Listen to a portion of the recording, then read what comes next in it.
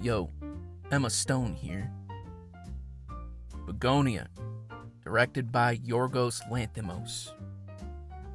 Starring yours truly, Emma Stone, Jesse Plemons, and newcomer Aiden Delbus. Holy cannoli. Alright, listen. We saw this movie way back in October, Halloween. We were gonna watch The Black Phone 2, but I remembered this movie was coming out. So I was like, you know what? I want to see Yorgos Lanthimos' next movie. And I was like, you know what, mother? Let's go see Bugonia. And she said, bologna? And I was like, no, lasagna. I feel like I've said this like 3 times already, but let me tell you, I don't know, this might be one of the best movies of the year. Just like Chainsaw Man, and 28 years later, it might be my favorite Yorgos Lanthimos' film. I mean, his first movie, Dogtooth. You got Poor Things, also with Emma Stone. And that one movie before this one that also had Emma Stone and Jesse Plemons. The Lobster I thought was great. I think I like Killing of a Sacred Deer even more than that. And I guess I've only seen 2 of his movies before. And here I thought I was the biggest Lanthimos simp out there. This film, though, phenomenal. It's got the thrills, it's got the tenseness, tension. It's got the dark comedy, and it's got the sad. You know how I feel about sad movies. They make me happy. So it hits all these different notes, and it just brings them together and just like, mwah. That's me kissing Yorgos Lanthimos on the forehead. So you got the main premise is Jesse Plemons kidnaps and accuses Emma Stone of being an alien. And apparently this is actually a remake of a Korean film called Save the Green Planet. I was looking at some still images, and it really doesn't look like Bugonia, like, at all. So I don't know how faithful it is to the original, or if it's like they just took the original premise and just did their own thing with it.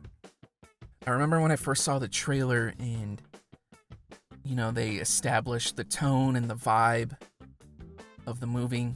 And there's that part in the trailer where Emma Stone's like, "Why'd you shave off my hair, you fat nerd?" And then Jesse Plemons was like, "To prevent you from contacting your mothership." I think it's just the reveal of the premise and like how silly it sounds. And it's put inside this dark, gritty thriller. That juxtaposition between that just makes it more intriguing to me. It's this constant escalation, and just when you think it couldn't get any crazier, it's able to take it to a new extreme. It's constantly surprising, and it's just awesome. I think it's worth watching in theaters because it has a surprisingly booming soundtrack, which is excellent, by the way. Less Limp Bizkit, more like Enya.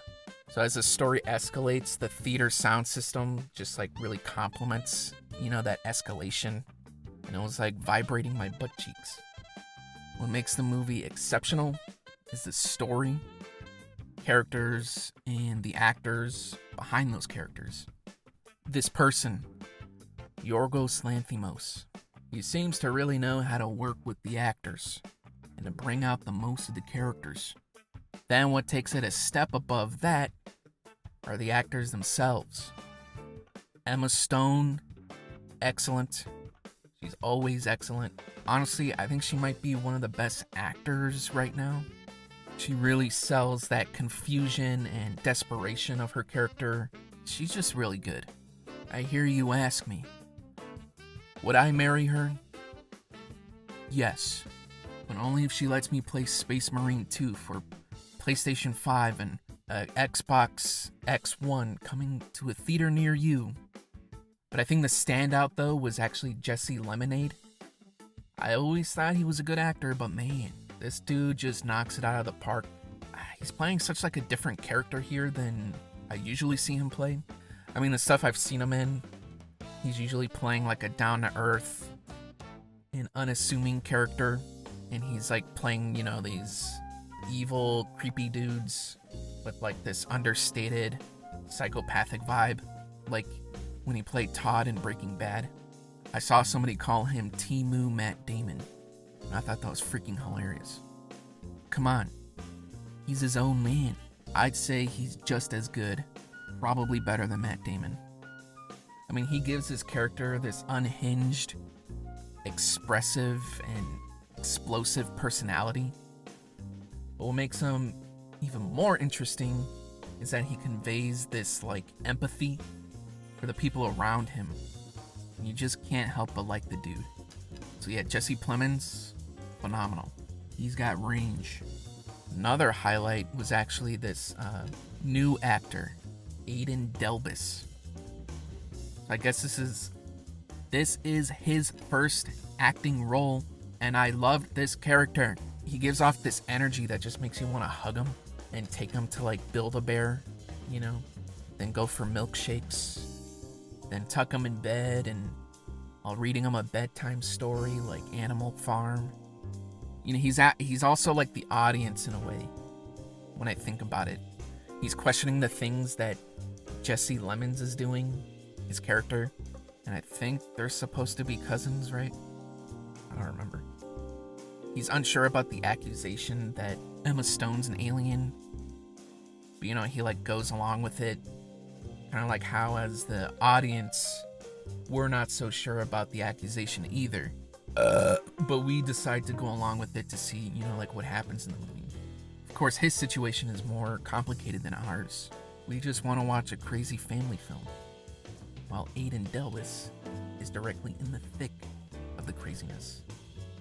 Awesome stuff, man. I think many people might not like this movie, specifically the normies. The normies. Like, they watch The Lighthouse, and they're like, what the heck? Why was it black and white? Why were they talking funny? I don't get it. Why was Robert Pattinson always wanking it? What the heck?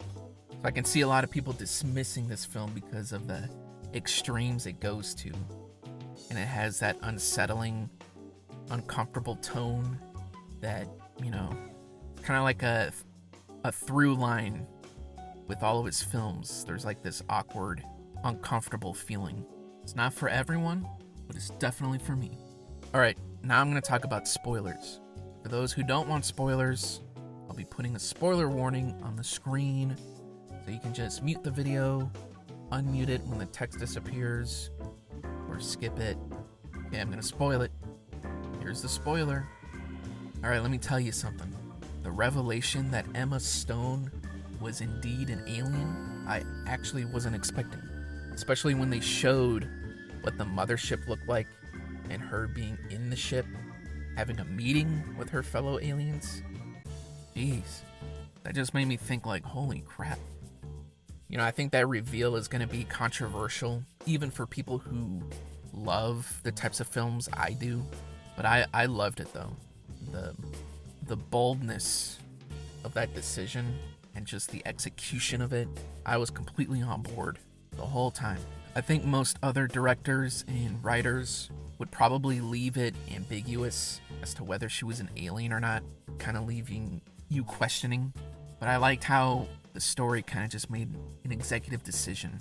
Also, there was like this tug of war thing going on, if she really was an alien or not. Like at first I wasn't sure what direction the movie was gonna go, and I was thinking she's probably an alien. But once she's kidnapped, she's really selling the confusion, with all the crazy, unbelievable stuff Jesse Plemons is saying, like shaving off her hair so she can't contact the mothership, or that he coats her in like this, antihistamine cream, or when he shows that 3D model he created of what the mothership is supposed to look like. And then like when he electrocuted her and it looked like she almost died. All these outlandish and these crazy claims that he's making, made me think like, wait, maybe she isn't an alien? But then she'll say things that make you go like, wait, maybe she is an alien. And the final part where she was able to escape, and instead of booking it, she just goes into this hidden room where there's like cut up body parts in jars and freezers. She's like flipping through notes that Jesse Plemons took and examining the pictures. And I'm like, what are you doing? Get out of there. What are you doing? Get out of there. Come on. Before he comes back. Then I was thinking, wait, she's definitely an alien when she's like looking through all that stuff. Then Jesse Plemons comes back. Emma Stone is just standing there and it's like, how many of them were Andromedons? And he's like, 2. And she like goes off on him. Is like, do you have any idea what you've done? We were trying to save the planet. And she's like talking about this elaborate history about Andromedons and humanity. And it's just like this bonkers sounding story. And then she tells him that she'll take him to the mothership. Then it almost seemed like she had other plans. Like I was thinking maybe she's hoping someone will call 911 or something, like when she's walking out in public.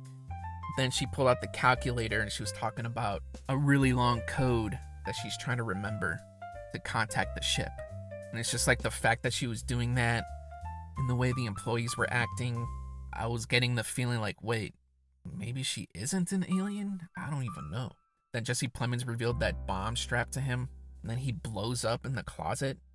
That was crazy. It's just this tug of war thing I was talking about. Like he blew up right when she pressed the button on the calculator.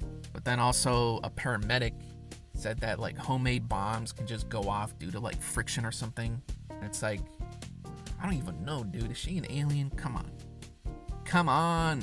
I was 110% sure she was an alien when she got out of the ambulance and was walking back to her workplace. I'm like, yep, she's an Andromedon. Then the revelation that she is an alien happened. I thought it was gonna end with her closing the closet and then like being beamed up right from the closet and then just going to like credits or something. But then it kept going and it showed that like the mothership looks exactly like that 3D model that Jesse Plemons made earlier. And it just showed like everything, and Emma Stone sets off like this kill switch that kills humanity. All that stuff just like blew me away. I was like, it just blowed me, I think what was interesting about the whole thing though was that she actually wanted to save humanity from themselves. It was pretty much crying or she was like super emotional and holding back tears or whatever when she enabled that kill switch. I guess it's like humanity is a lost cause and they're just like too dangerous. Even Emma Stone said she was becoming more like the humans every day, and they just like corrupt everything. And apparently they can even corrupt the Andromedons. They abandoned the queen and just aimlessly wandered off in their selfish lives, leaving pain and destruction behind them. And then when that cousin killed himself, I already forgot these characters' names. I was shocked when he did it. And it was just like tragic, And I think the shock value justifies itself because the buildup of that character. And you got like these hints of like sadness of him throughout the film. At one point where he's straight out says that he's been feeling sad, and you find out that he actually wants to leave Earth altogether. And Emma Stone's like, she'll take her away on the ship, and it seemed like he really didn't believe she was an alien. In his mind, he's like, he can't leave Earth. And so the only other option to leave Earth is to end his life. And it was just like, that was a gut punch, man. So that's enough on spoilers. I absolutely love this film. I do recommend it and see it in 2 theaters. Watch it on your first date. Take your grandma. Take your kids. They'll love it. When it comes out on Blu-ray, I am 100% pick it up in 4K because physical media is where it is at, man.